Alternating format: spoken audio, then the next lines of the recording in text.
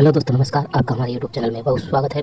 रीडमैन 2026 या third grade 2026 के लिए हमने मॉडल पेपर की सीरीज़ तैयार की है, जिसके लिए आपको रोजाना एक मॉडल पेपर देखना होगा और इसके द्वारा आप अपनी तैयारी को रख सकते हैं और अपनी तैयारी को मजबूत कर सकते हैं।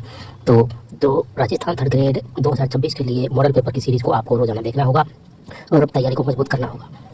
जो कि अधिकतर प्रश्न इस सीरीज में लिए गए हैं, वो सभी प्रश्न अधिकतर जो पेपर में आए हुए हैं या आने की संभावना है वही लिए गए हैं। तो आप अपनी तैयारी के साथ लग जाइए और रोजाना मॉडल पेपर जरूर देखिए, चाहे से आप उसको 2 की स्पीड पर देखिए चाहे 1 की स्पीड पर। इससे आपका बार बार रिवीजन होगा और अधिक से अधिक सवालों को आप सरलता से सरल कर पाएंगे। वीडियो को लाइक कीजिए, शेयर कीजिए और चैनल को सब्सक्राइब नहीं किया है तो चैनल को सब्सक्राइब जरूर कर लें। चलिए देखते हैं अपना आज का मॉडल पेपर। खिचड़ी को राजस्थान का राज्य वृक्ष कब घोषित किया? तो पहले का जो राइट आंसर रहने वाला है ऑप्शन नंबर बी 1983 में। ठीक है, अगला है रेगिस्तान का सागवान किस वृक्ष को कहा जाता है? रेगिस्तान का सागवान कहा जाता है ऑप्शन नंबर 2 रोहिड़ा को। इसको मरू टीक भी कहते हैं। अगला है प्रोजेक्ट ग्रेट इंडियन बस्टर्ड। तो प्रोजेक्ट ग्रेट इंडियन बस्टर्ड कब लॉन्च किया गया था? तो क्वेश्चन नंबर 3 का right answer option number C 2013 और ये गोडावण संरक्षण से संबंधित है। अगला है क्वेश्चन नंबर 4 ऊंट को पशुधन श्रेणी में राज्य पशु का दर्जा देने की अधिसूचना कब जारी हुई थी? नोटिफिकेशन। ठीक है, तो ये जारी हुई थी 16 सितंबर 2014 को। अगला है क्वेश्चन नंबर 5 केसरिया बालम आवनी पधारो हमारे देश सर्वप्रथम किस मांड गायिका द्वारा इसे गाया गया था? तो केसरिया बालम गाना जो सबसे पहले गाया था मांगी बाई ने, लेकिन इसको विश्व में प्रसिद्ध किसने किया था? अल्लाह जलाई बाई ने। केंद्रीय ऊंट अनुसंधान केंद्र स्थित है, तो केंद्रीय ऊंट अनुसंधान केंद्र कहाँ पे स्थित है? तो ये है बीकानेर में। अगला है क्वेश्चन नंबर 7। क्वेश्चन नंबर 7 है चिंकारा का वैज्ञानिक नाम क्या है? तो चिंकारा का वैज्ञानिक नाम है गजेला बनेटी। क्वेश्चन नंबर 8 मुख्यमंत्री निःशुल्क जांच योजना। तो मुख्यमंत्री निःशुल्क जांच योजना का प्रारंभ कब हुआ था? ऑप्शन नंबर सी 2013 में। ठीक है ना। अगला है 1 रुपए किलो गेहूं योजना जो राशन कार्ड में मिलता है। ठीक है ना, इस योजना का संचालन किस विभाग द्वारा किया जाता है? तो ये किया जाता है नागरिक आपूर्ति विभाग। मुख्यमंत्री किसान मित्र योजना का प्रारंभ कब हुआ था? तो 10वें का जो राइट आंसर है 10वें का राइट आंसर रहने वाला है ऑप्शन नंबर बी 2021 में। मुख्यमंत्री किसान मित्र योजना, मुख्यमंत्री एकल नारी समान पेंशन योजना। ठीक है, तो इसकी शुरुआत कब हुई थी? 1974 में। ठीक है, 1974 में एकल नारी को समान पेंशन दिया जाता था, तो तब से दिया जा रहा है अभी तक। अगला क्वेश्चन है क्वेश्चन नंबर 12 8 फरवरी 2005 को प्रारंभ योजना का नाम क्या है? तो 8 फरवरी 2005 को कौन सी योजना शुरू हुई थी? तो वो हुई थी पालनहार योजना। ठीक है, और घर घर औषधि योजना तभी कोविड के बाद हुई थी, जिसमें 4 पौधे दिए जाते थे गिलो कालमेघ। ठीक है, अगला है क्वेश्चन नंबर 13 कालीबाई भेल मेधावी छात्रा स्कूटी योजना, इसकी शुरुआत कब हुई थी? तो इसकी शुरुआत हुई है 2015-16 में। निरोगी राजस्थान अभियान, तो निरोगी राजस्थान अभियान की शुरुआत कब हुई है? इसका right answer option number D 2019 में। मुख्यमंत्री निःशुल्क दवा योजना, अभी आपने पढ़ा था मुख्यमंत्री निःशुल्क जांच योजना, पहले दवा दी जाती थी 2011 में, फिर जांच शुरू की कब? 2013 में। ठीक है, इसका right answer option number C. अगला है मुख्यमंत्री चिरंजीवी स्वास्थ्य बीमा योजना के तहत सामान्य बीमारियों के लिए कितने रुपए का स्वास्थ्य बीमा कवर प्रदान किया जाता है? भाई नॉर्मल कोई बीमारी है तो उसके लिए कितना बीमा देते हैं? तो 50,000 रुपए का। अगला है राजस्थान में जन सूचना पोर्टल की शुरुआत कब हुई थी? तो राजस्थान में जो है जन सूचना पोर्टल की शुरुआत कब हुई थी? 13 सितंबर 2019 को। ठीक है, अगला क्वेश्चन आपके सामने है 18वां इंदिरा गांधी शहरी क्रेडिट कार्ड योजना किससे संबंधित है? स्ट्रीट वेंडर्स को 50,000 तक का ब्याज मुक्त, मतलब उसका ब्याज नहीं लिया जाएगा, ऐसे ही उधार में दिया जाएगा। ठीक है, तो ये बात बिल्कुल सही है। तो इस योजना को केवल स्ट्रीट वेंडर्स के लिए है, बिल्कुल ये भी स्ट्रीट वेंडर्स के लिए है। इस योजना का नोडल अधिकारी जिला कलेक्टर है। तीनों बातें सही है, तो इसका राइट आंसर क्या रह जाएगा? उपरोक्त सभी। अगला है आपके सामने शुष्क वन अनुसंधान संस्थान, इसको हम आफरी बोलते हैं। ठीक है, AFRI arid forest research institute. तो ये जो आफरी है ये कहाँ पे है? ये भी जोधपुर में, और कादरी भी जोधपुर में है।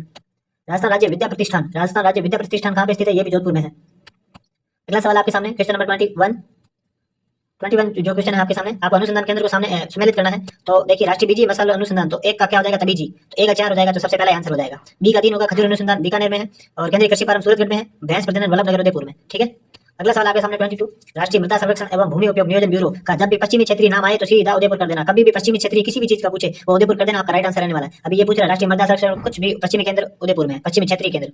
अगला है केंद्रीय इलेक्ट्रॉनिक अभियांत्रिकी अनुसंधान संस्थान सीरी, ये जो सीरी है ये कहाँ पे? पिलानी झुंझुनू में है। अगला है भारतीय हथकरघा प्रौद्योगिकी संस्थान, तो भारतीय हथकरघा प्रौद्योगिकी संस्थान कहाँ पे? ये जोधपुर में है, जयपुर में नहीं है। अगला है निम्नलिखित में से कौन सा मंदिर नागर शैली में बना हुआ है? तो निम्नलिखित में से कौन सा मंदिर नागर शैली में बना हुआ है? वो है दधिमती माता मंदिर, गोट मांगलोद नागौर।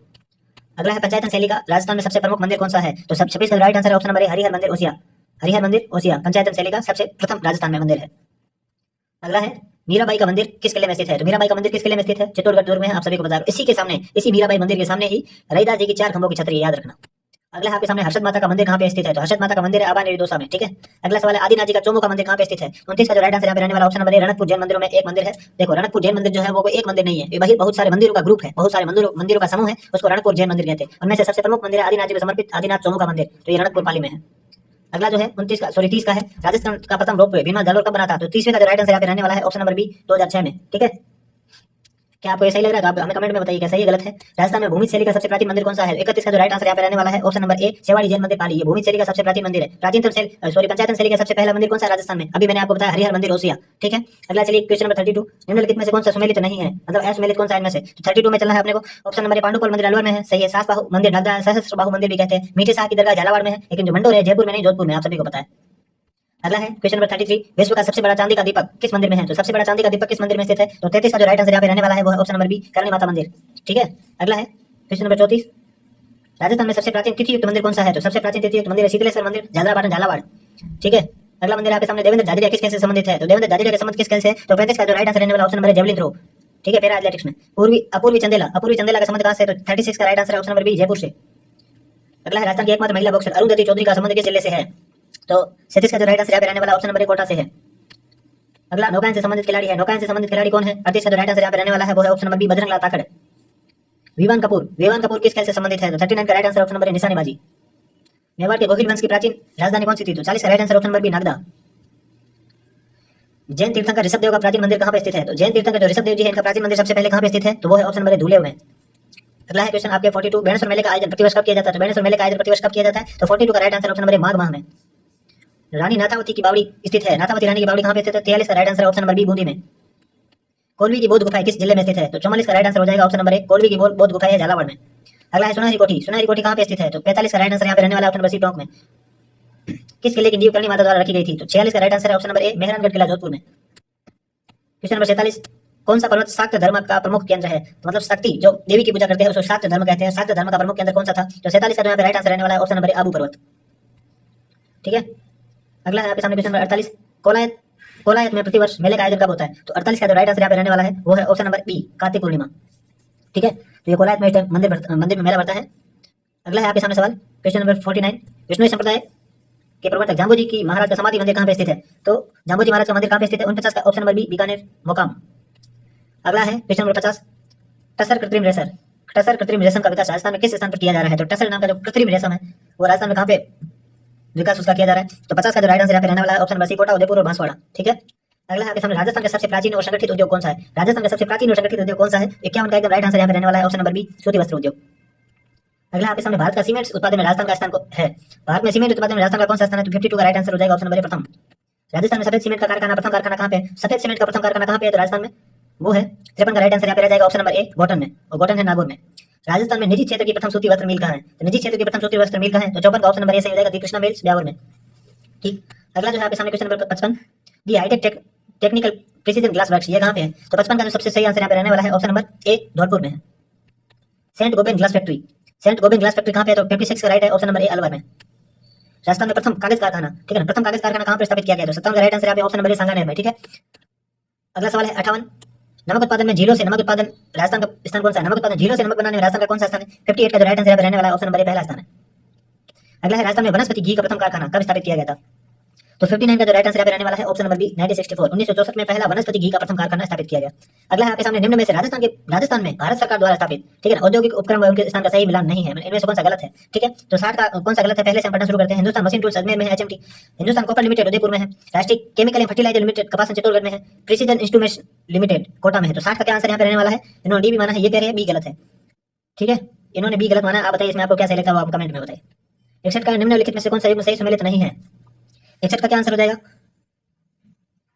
61 में है पहला option, Hindustan zinc limited Debari में है। Rajasthan electronic instrument limited Jaipur में है। मोदी एल्वेलाइन केमिकल्स लिमिटेड भरतपुर में नहीं है। Oriental power cable limited Kota में है। तो ये वाला सी ऑप्शन का राइट आंसर हो जाएगा। अगला सवाल question number 62, Rajasthan refinery Pachpadra के बारे में निम्न में से कौन सा कथन सत्य नहीं है? ठीक है ना, इनमें से कौन सा सत्य नहीं है? तो 62 नंबर क्वेश्चन है आपके सामने।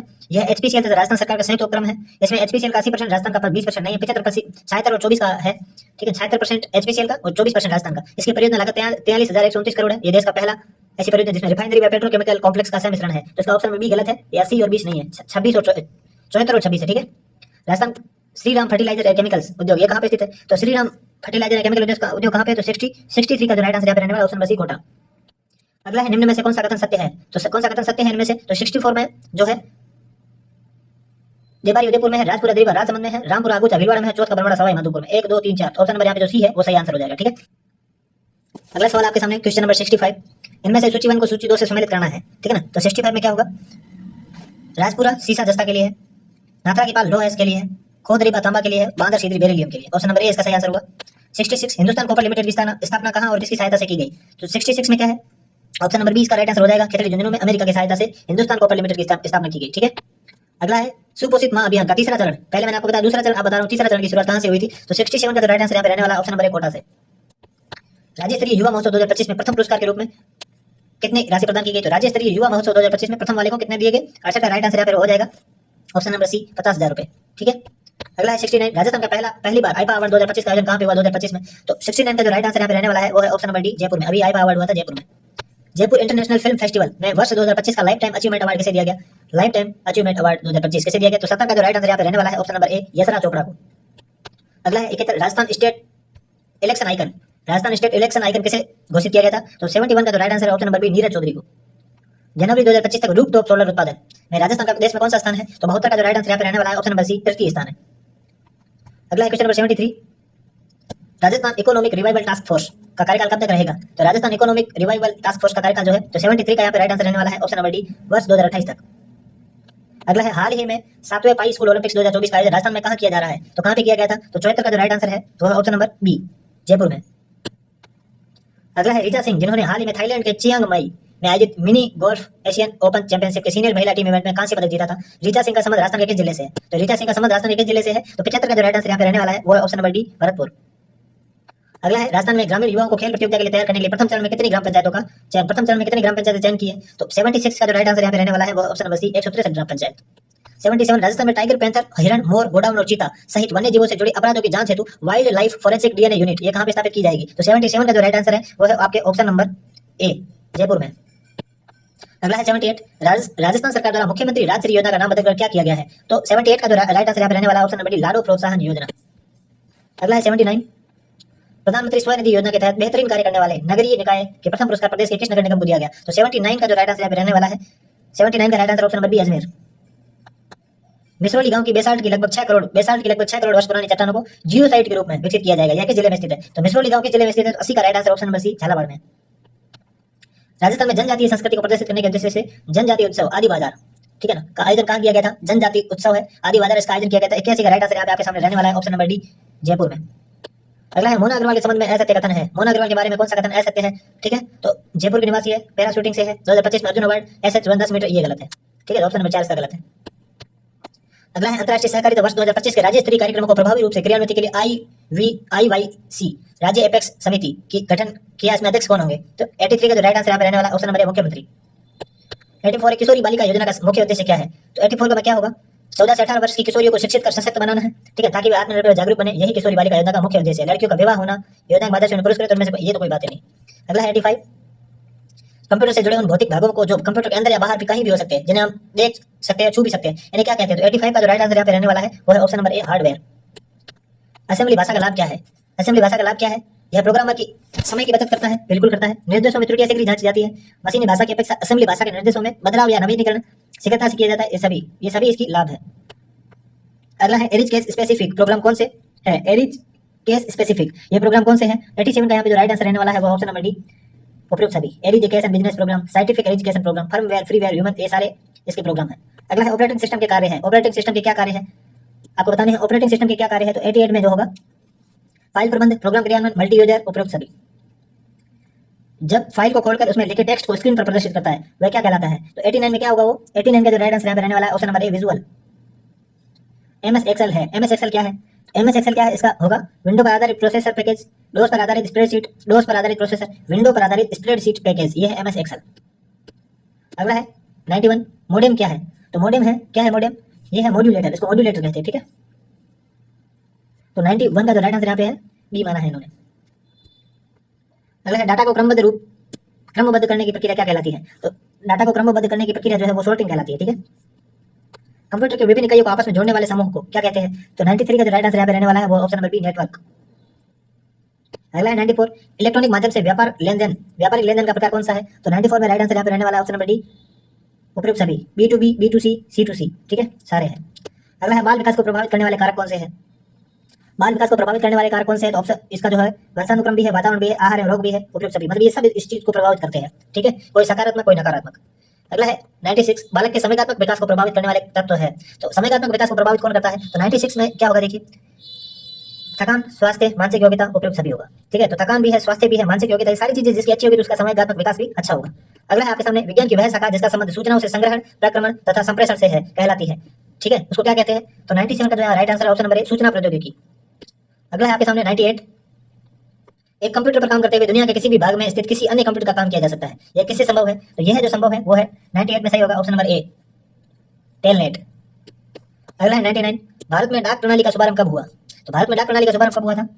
99 का जो राइट आंसर यहाँ पर रहने वाला ऑप्शन नंबर बी, 1837 में। भारतीय दूरसंचार विनियामक प्राधिकरण। अभी तक आप जुड़े हुए हैं तो इसका मतलब आप अपनी तैयारी को लेकर बहुत सीरियस है और आपका जुनून बताता है कि इस बार आपका सिलेक्शन 100% होने वाला है। ठीक है, तो भारतीय दूरसंचार विनियामक प्राधिकरण की स्थापना कब हुई थी? तो 100 का जो राइट आंसर है ऑप्शन नंबर सी, 1997। अगला है भारत में एलेक्सा कब लॉन्च की गई? ठीक है, तो भारत में एलेक्सा कब लॉन्च की गई? 101 का जो राइट आंसर यहाँ पे रहने वाला है वो है ऑप्शन नंबर सी, 2017 में। जुंग ने व्यक्तित्व का वर्गीकरण उनकी सामाजिकता के आधार पर किया है, उनके द्वारा की गई वर्गीकरण में शामिल है। तो जुंग ने जो व्यक्तित्व का वर्गीकरण किया है उसमें वर्गीकरण में कौन से शामिल है? तो 102 का जो राइट आंसर यहाँ पे रहने वाला है वो है ऑप्शन नंबर डी। मतलब ये सभी चीजें बहिर्मुखी, अंतर्मुखी और उभयमुखी।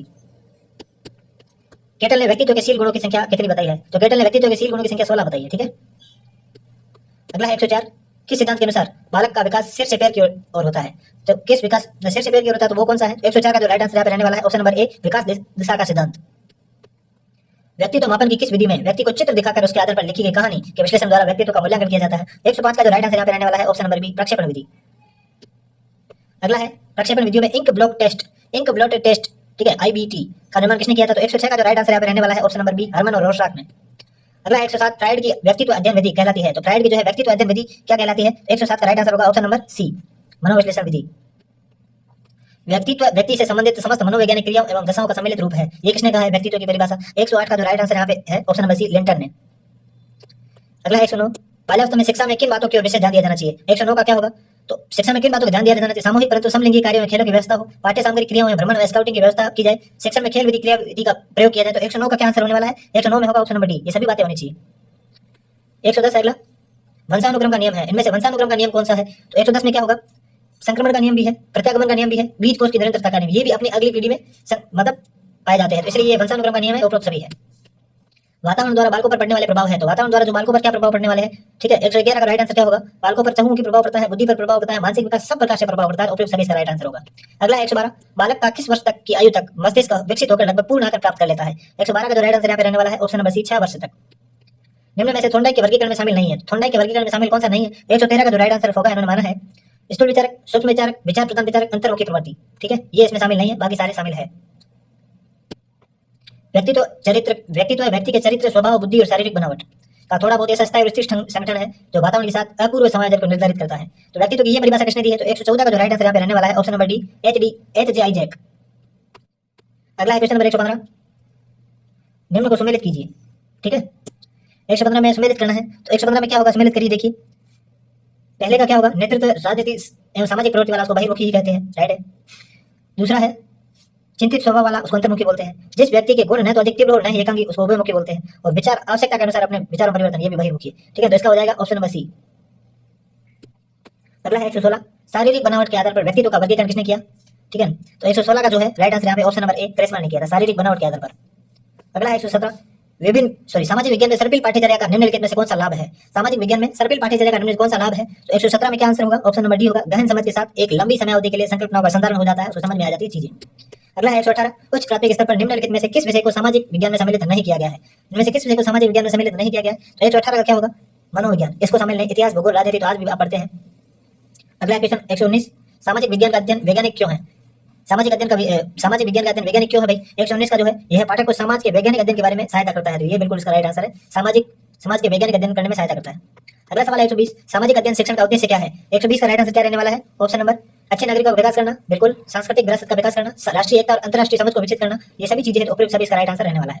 अगला है क्वेश्चन नंबर 121, उच्च प्राथमिक स्तर पर सामाजिक विज्ञान के स्वरूप पर ए, बी और सी कथनों पर विचार कीजिए। उच्च प्राथमिक स्तर पर सामाजिक विज्ञान के स्वरूप पर ए, बी और सी कथनों पर विचार करें, तो 121 का जो राइट आंसर यहाँ पे रहने वाला है वो है आपके सामने ऑप्शन नंबर, यह अपने वातावरण लोगों का अध्ययन है, यह लोगों के संबंध और उनके अंतर निर्भरता का अध्ययन है, यह अतीत और वर्तमान के साथ संबंधों का अध्ययन है, सभी सही है। ठीक है, अगला है सामाजिक विज्ञान के अध्ययन के संदर्भ में निम्नलिखित में से कौन सा कथन सही है? तो इनमें से कौन सा कथन सही है?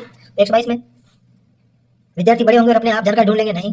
समस्याओं के क्रमबद्ध विश्लेषण करने में मदद करता है, समझने की अपेक्षा विषय की विस्तृत जानकारी बल होना चाहिए, दी गई जानकारी के साथ संवेदनशील और जिज्ञासा पैदा होनी चाहिए, तो बी और डी इसका राइट आंसर है। ठीक है, अगला है आपके सामने क्वेश्चन नंबर 123, सामाजिक अध्ययन की प्रकृति को समझा जा सकता है, कैसे समझा जा सकता है? समुदाय का अध्ययन करके, मानव जीवन का अध्ययन, मानवीय संबंधों का अध्ययन, सभी अध्ययन। ठीक है, 124 का है सामाजिक अध्ययन के बारे में निम्नलिखित में से कौन सा कथन असत्य है? इनमें से कौन सा कथन असत्य है? तो 124 में होगा सामाजिक विज्ञान का अंग है, यह साधारण तथा सरल है, यह मुख्यतः व्यवहारिक पक्ष पर बल देता है, यह मुख्यतः सैद्धांतिक पक्ष पर बल देता है, तो ये गलत है।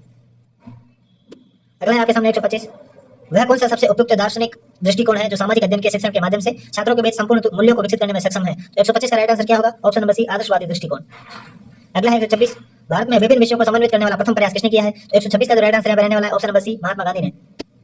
अगला है श्रव्य दृश्य सामग्री के मुख्य कार्य क्या है? कौन सी सामग्री? श्रव्य दृश्य सामग्री। 127 का राइट आंसर यहाँ पे क्या रहने वाला है? मौखिक शिक्षण के आधार, सर्वोत्तम प्रेरक, रटने को कम करता है, उपयुक्त सभी है, ठीक है।